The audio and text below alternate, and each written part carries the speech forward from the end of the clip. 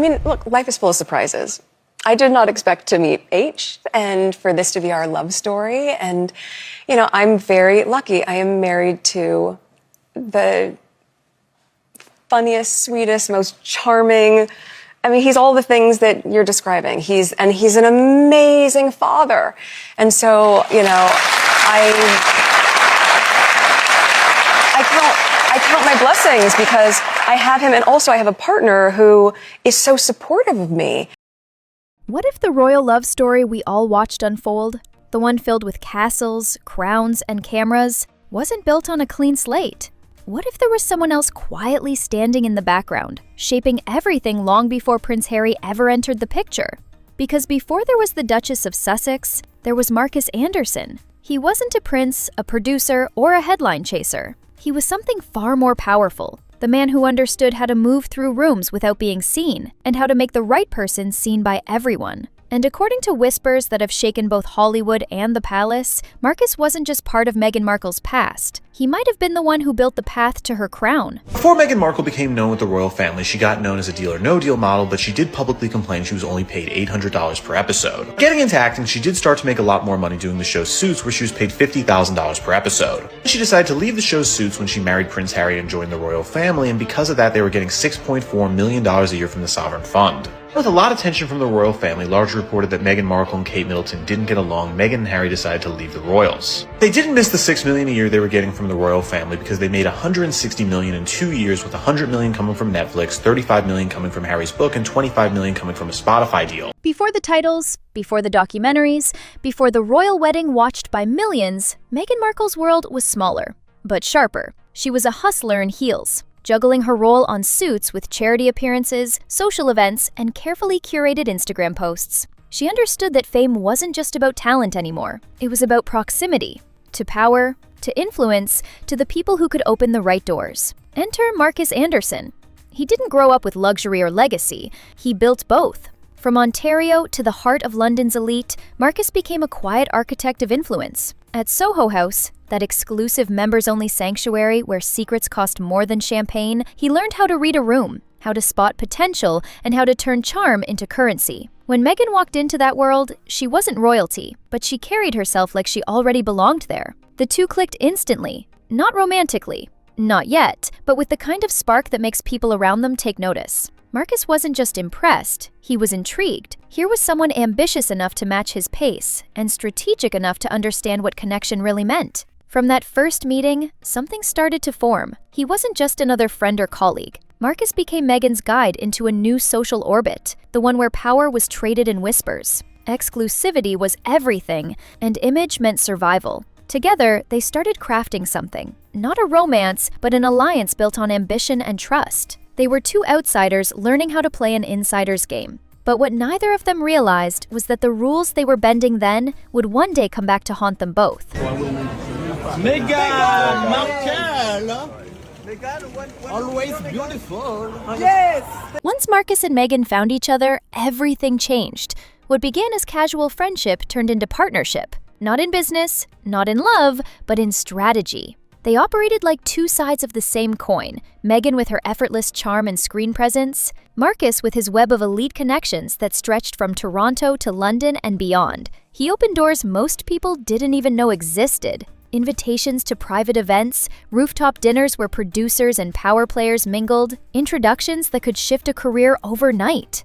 To the world, Meghan was just another actress with a decent role on Suits, but within certain circles, she was becoming something more. A woman being carefully, quietly elevated. And Markus? He wasn't in the spotlight. He didn't need to be. He preferred the background, pulling strings, curating every detail, polishing every opportunity. He understood the art of subtlety. He knew how to make people want to be around her without ever asking them to. Soon, they were inseparable. Traveling together, vacationing in Madrid, Istanbul, London, all under the radar. All carefully curated moments that built an image of exclusivity and mystery. But beneath the matching outfits and champagne smiles, there was something deeper forming. Meghan didn't just rely on Markus for introductions. She relied on him emotionally. When roles fell through, when public opinion turned, when the weight of ambition felt too heavy, Markus was the one she called. He was the calm in her chaos, the strategist behind her next move. the voice that told her she was destined for more.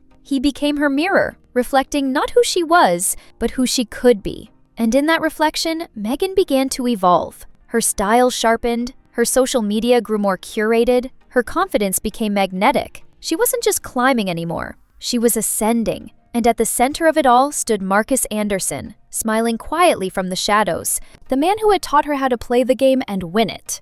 But like every game built on strategy and ambition, there comes a moment when one move changes everything. And for Meghan, that move came in 2016, at a quiet, luxury retreat where a royal fate was waiting to be written. Was there a moment that you were like, oh no, I know that I love this guy? Yes, that was our third date.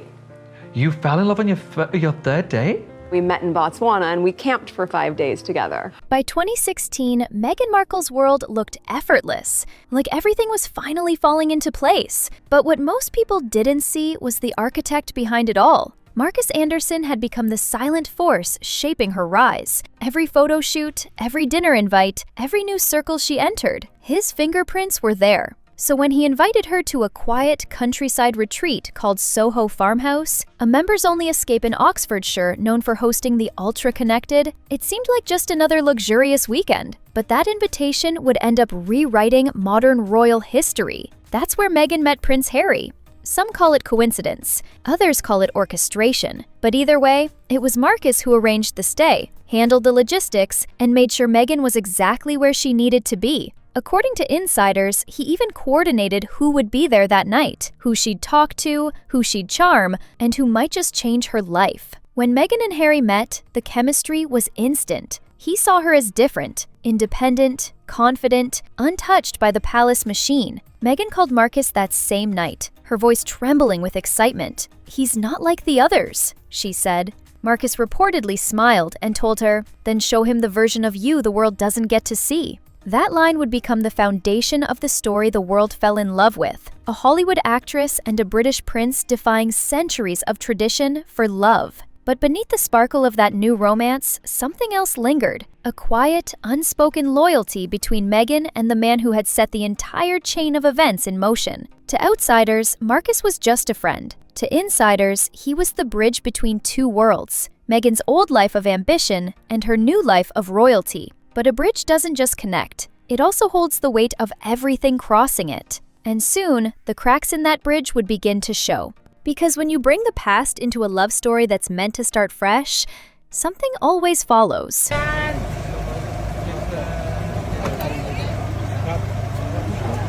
Meghan, security, what you doing, security?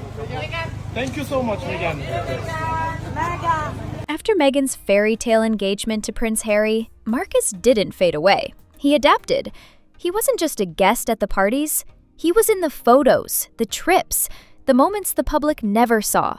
From secret celebrations in Toronto to private dinners in London, Markus was always close enough to be noticed, but never close enough to be questioned. At first, Harry welcomed him. He saw Markus as one of Meghan's few links to her normal life, a reminder of who she'd been before the royal whirlwind. They shared drinks, stories, and polite laughter at gatherings. But slowly, Harry began to notice the subtleties, the way Meghan lit up differently when Markus entered the room, the inside jokes, the lingering glances, the kind of comfort that only comes from years of unspoken understanding. Markus had been there before the crown, before the cameras, before the expectations. He knew the raw, unfiltered version of Meghan, the one who didn't have to watch her every word or smile on command. Around him, she relaxed in a way that Harry had rarely seen. And for a man already struggling to balance royal duty with personal freedom, that realization cut deep. Over time, Markus's presence began to cast a shadow, not because of anything obvious, but because of what it represented: the past. The version of Meghan that Harry could never fully reach. He started to notice the little things. Late-night calls, quiet texts, catch-up lunches that somehow didn't make it into her schedule. When he asked, Meghan brushed it off. "He's just a friend, you're being paranoid." But to Harry, it wasn't just friendship anymore. It was something he couldn't name, a loyalty that didn't include him. Behind palace walls, staff whispered. Markus's name came up in planning meetings, event lists, and even private travel logs. But officially, he was untouchable, a family friend. Still, every love story has a breaking point, and theirs came the day Marcus Anderson stopped being a silent presence and became the center of a storm. Because one sentence, one casual confession, would soon tear apart the royal illusion they'd fought to protect. Marcus Anderson. Marcus Anderson is very unique in the Meghan Markle Disposable Friends series because Marcus is indispensable. Without Marcus Anderson, I hope to prove to you in this video that Meghan Markle wouldn't have the level of global fame that she enjoys now, or infamy, depends how you look at it. The confession didn't come from a press release or an interview. It slipped out quietly, during a private conversation, over drinks, in a setting Marcus probably thought was safe. "We've always been close," he said. Then, after a pause that changed everything, "even after Harry." It was a sentence that would ignite chaos. Within hours of that quote leaking, tabloids went feral. Headlines screamed betrayal. Old photos resurfaced. Meghan and Marcus at events, on trips, smiling just a little too comfortably. Every image, every gesture was suddenly reinterpreted. To the public, it wasn't just friendship anymore. It was a hidden story, one that might have been unfolding long after Meghan became a duchess. Inside the palace, silence. Phones rang endlessly. Staff whispered. Legal teams scrambled to trace the leak. Meghan's team released statements calling it fiction, but Harry didn't speak. Not at first. For days he went quiet. Friends said he spent long hours outside their Montecito home, pacing, replaying the past like a film he'd suddenly realized had an alternate ending. Every text she deleted, every unexplained lunch, every time she said, "You're overthinking." To him, Marcus's words weren't just gossip. They were confirmation of a fear he'd buried, that there was a part of Meghan's world he never truly entered. When the story broke publicly, Marcus didn't retract anything. He didn't deny it. He didn't clarify. He just disappeared. That silence was louder than any statement could have been, because when someone vanishes after saying something that explosive, people assume the truth doesn't need defending. Behind closed doors, Harry and Meghan's relationship began to fracture. Arguments reportedly turned brutal, not about the quote itself, but about what it revealed. Harry felt humiliated. Meghan felt hunted. She swore nothing inappropriate ever happened, that Marcus's words were twisted, but Harry couldn't unhear them. And when trust dies quietly, it's almost impossible to resurrect. Even the palace, so used to scandal, was shaken. Advisors called emergency meetings. Some feared Marcus might know more, or worse, that he had proof. One senior aide reportedly said, "We survived the Oprah interview. We might not survive this." Because this wasn't about politics or race or royal duty. It was about intimacy. The one thing the monarchy couldn't spin. When the storm finally hit full force, no one was ready for the fallout. Marcus vanished from public view. No interviews, no clarifications, no denials. Just silence. The kind of silence that makes people believe there's something left unsaid. Meanwhile, Harry and Meghan's world began to shrink. Public smiles remained, but behind the walls of their Montecito home, everything was different. Sources close to the couple said the tension was unbearable. Harry, once fiercely protective, grew withdrawn. Meghan threw herself into work, activism, and appearances, trying to outrun the headlines. But every time her phone buzzed, every time Marcus's name came up in conversation, something in the air shifted. The distance between them wasn't physical. It was emotional, heavy, and invisible. Harry reportedly checked into a retreat in Aspen for a few weeks to clear his head. It was the first time they'd spent real time apart since stepping back from royal life. Meghan stayed behind, surrounded by staff and silence. The photos she once kept on her laptop, the ones from Toronto, Istanbul, and Madrid, became painful reminders of the man who'd once stood beside her in every frame.